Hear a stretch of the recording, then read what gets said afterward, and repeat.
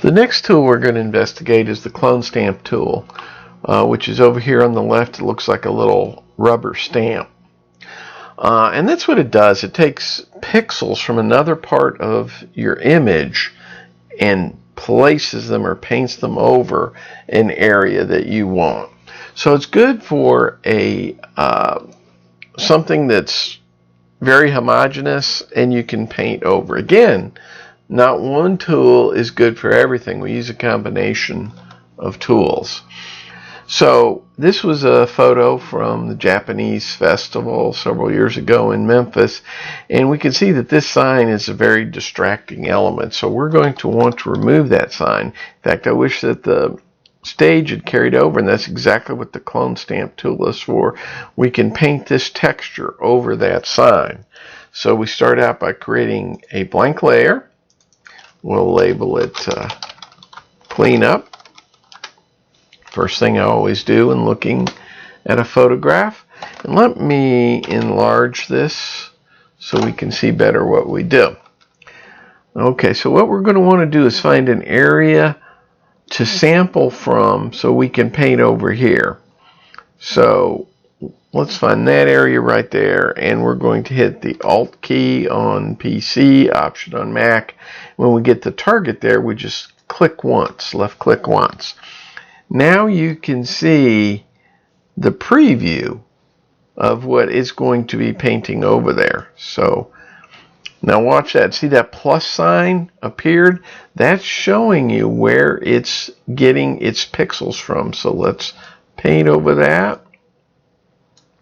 Move up. Now what I like to do so we don't get the telltale sign of repeating patterns is to sample from a lot of different places. So I'm going to sample again, and I'm going to come in and paint,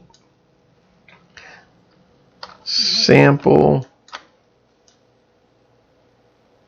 paint, sample, and not right up to the edge yet. We'll do that in a second. Okay, so that looks pretty good if we turn our layer on and off.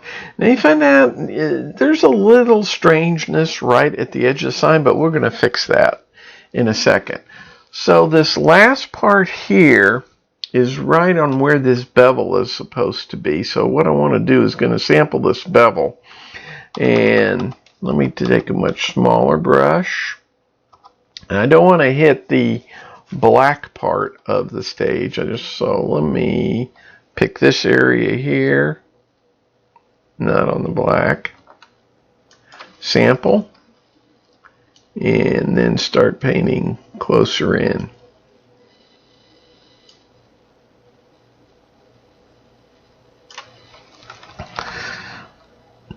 Got that bevel. Okay. Well, that looks pretty good. So let's do that. Apparently there's some piece of metal that's holding that in place. So let's sample again, see if we can get rid of that piece of metal.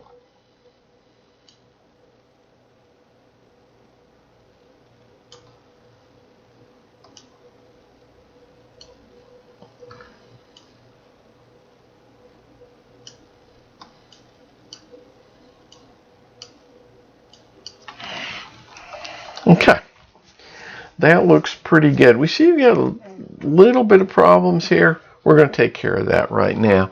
This is where we're going to jump back to our spot healing brush. The first thing I'm going to do is try to fix where that seam was. And a lot of times all you have to do is find that seam, go down it with your spot healing brush, and there we go. It blended it in perfectly.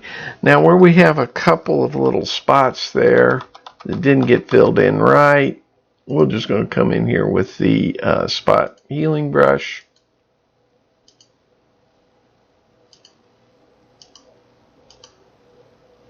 Fill that in. Okay. Now let's take a look at it.